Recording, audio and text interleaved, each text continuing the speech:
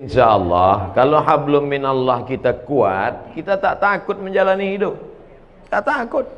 Selama ini orang bela kita, masa kita takut? Cuman kas pulang kita nanti kan sendiri.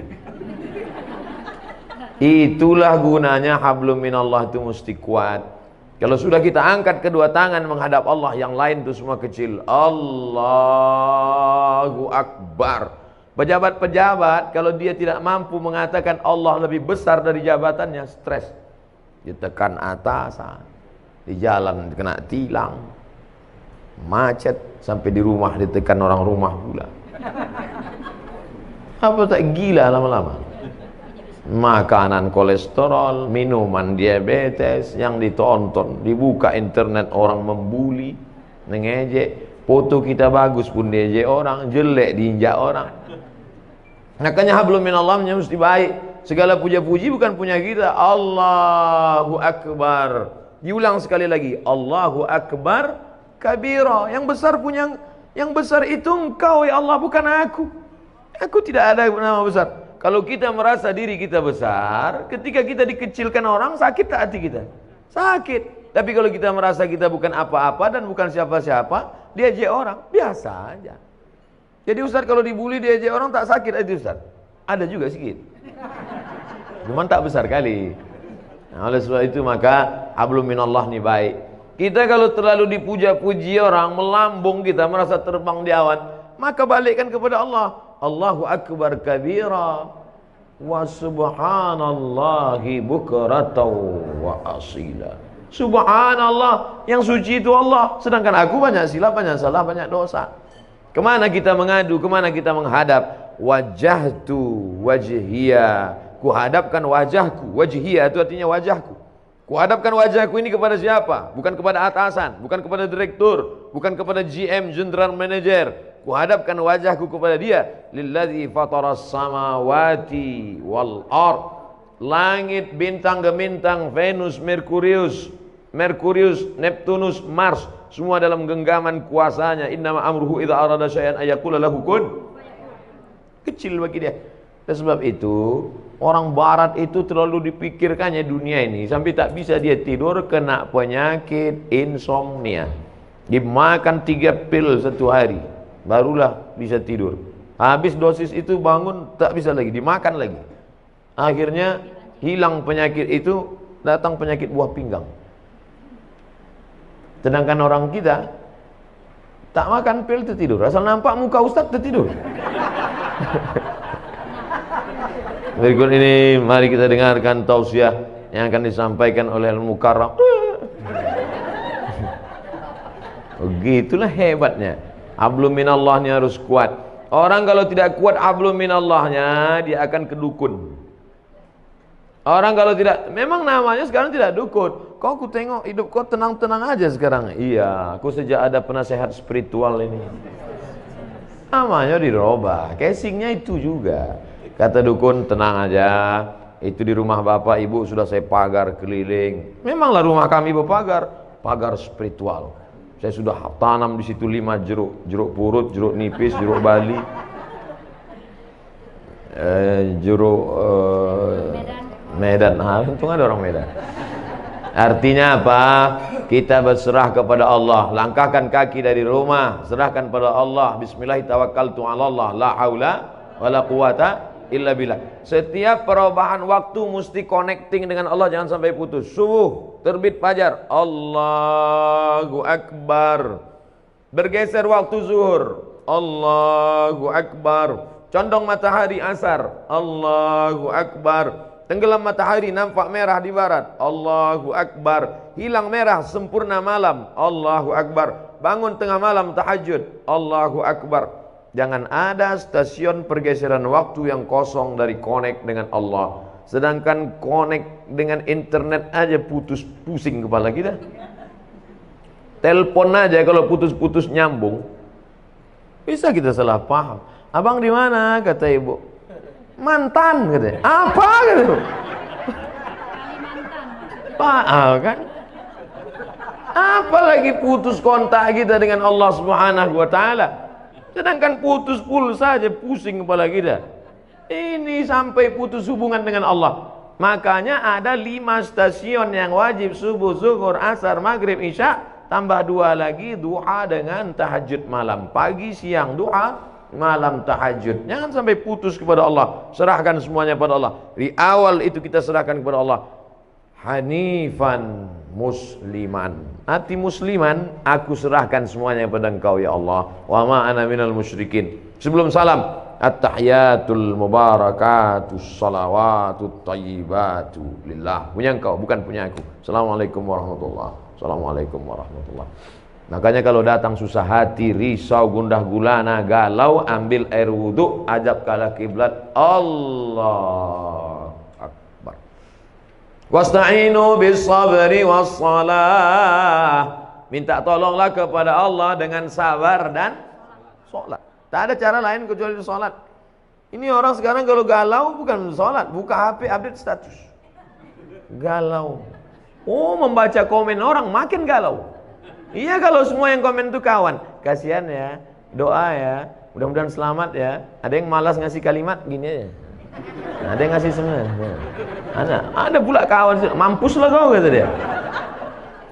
Oleh sebab itu maka mengadu kepada manusia akan kecewa, berhadap kepada harta akan binasa, berharap kepada kawan hari ini kawan, besok jadi lawan, berharap kepada atasan akan sia-sia. Satu-satunya yang tak mengecewakan harapan, berharap kepada Allah Subhanahu wa taala. Ada masa-masanya hidup kita ini memang Allah hirangkan.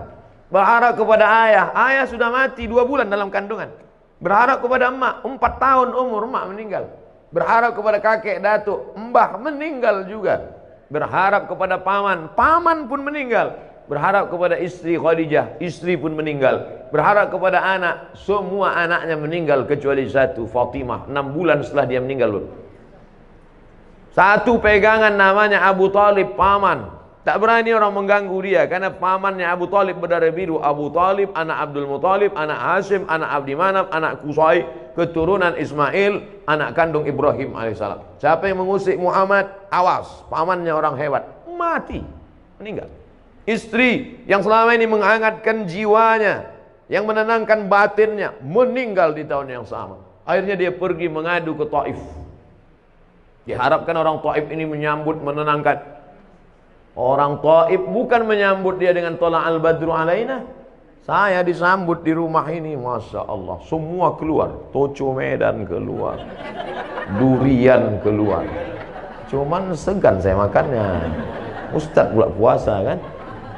Kita yang selama ini ngajak, marilah puasa, kita pula tak puasa. Ustadz kenapa tak puasa? Musafir. Untung ada dalilnya. Jadi oleh sebab itu tidak ada jalan lain menenangkan hidup ini kecuali hablum minallah. Pergilah kita ke rumah-rumah spiritual. Bapak pembimbing terapi spiritual, ya, ini saya ini sedang stres nih, banyak masalah. Oke, tarik nafas panjang. Letakkan tangan di atas lutut, naikkan tangan kaki kiri ke paha kanan, tarik nafas.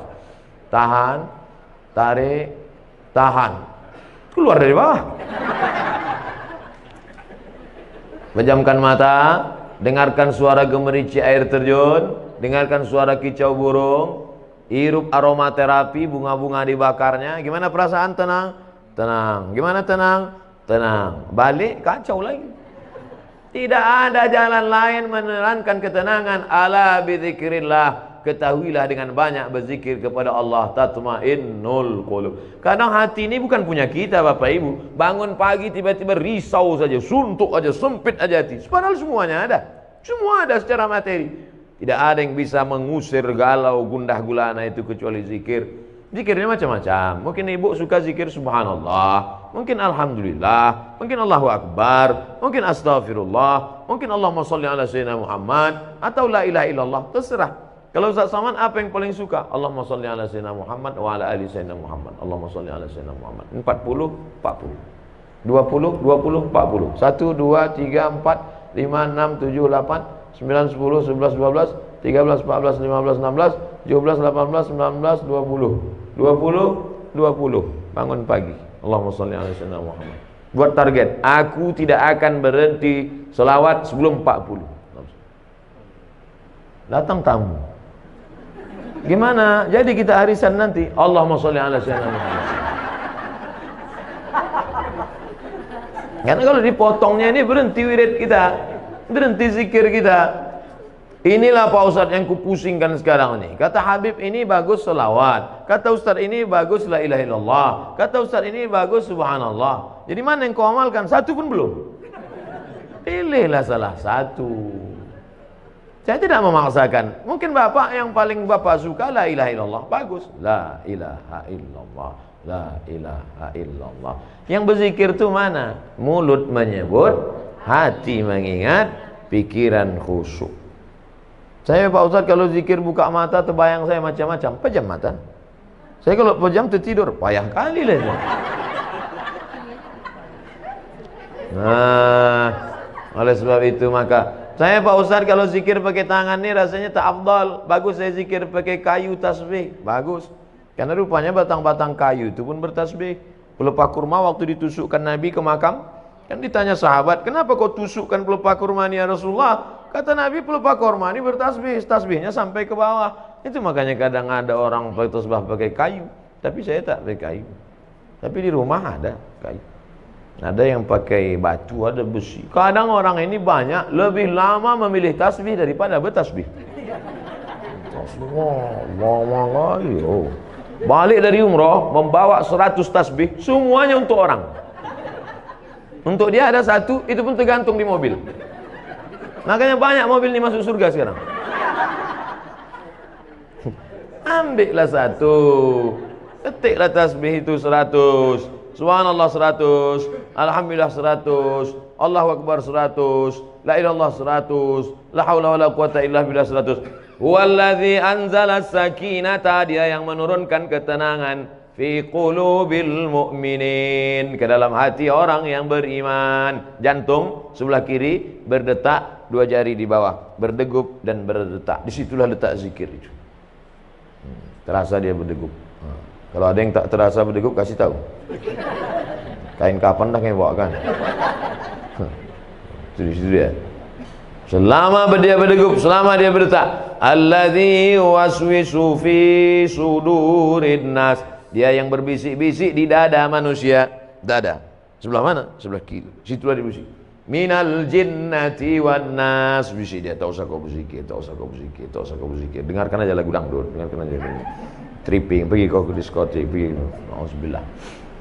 Semua yang mendatangkan ketenangan itu semuanya palsu. Semakin besar kota metropolitan, semakin banyak hiburan, semakin banyak minuman, semakin macam-macam khamar. Dulu cuman anggur dipijak-pijak, kemudian disaring, airnya disimpan selama seminggu, fermentasi, diminum, khamar namanya. Sekarang canggih, sabu-sabu, mahal. Semuanya menawarkan ketenangan palsu. Pergilah kita ke psikiater, psikolog. Pak psikolog, ya tolong kau kasih dulu aku obat. Kenapa? Sudah 2 malam aku tak bisa tidur. Kata psikolog, masih syukur kau 2 malam. Aku udah 2 bulan tak tidur-tidur. Setiap orang punya masalah. Siapa yang tak punya masalah hidup ini? Enaklah Ustaz Somad itu ya. Jalan sana, jalan sini, jalan sana, jalan sini. Saya tak bisa jalan kemana-mana Ustaz, di rumah aja. Kenapa kau tak bisa jalan? Bisul di kening. Malu nampak orang. Enak Ustaz jalan-jalan. Aku jalan-jalan tuh kau tahu kenapa? Iya, aku tak bisa duduk, bisulku di belakang.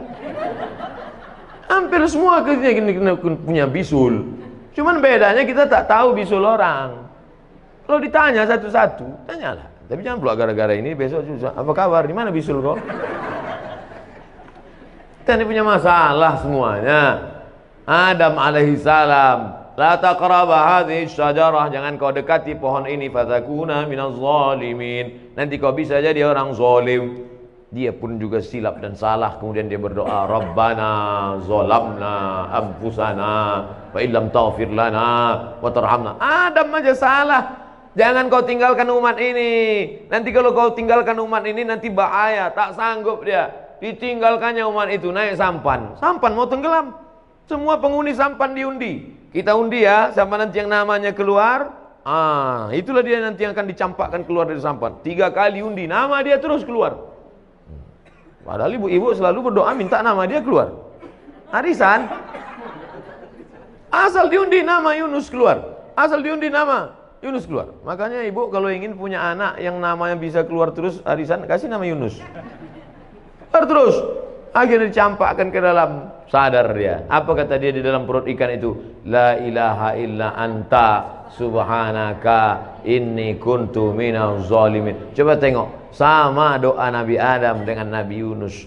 Adam mengatakan Rabbana zolamna, Yunus mengatakan subhanaka inni kuntu minaz zalimin. Makanya kalau kita silap, kita salah, langsung ngaku di hadapan Allah, langsung salat Rabbana zalamna anfusana wa illam taghfir lana wa tarhamna lanakunanna minal khasirin. La ilaha illa anta subhanaka inni kuntu minaz zalimin. Hasbunallah wa ni'mal wakil, ni'mal maula wa ni'man nasir, la haula wala quwata illa billah. Karena kalau dipikirkan di kepala, kalaulah dulu, kalau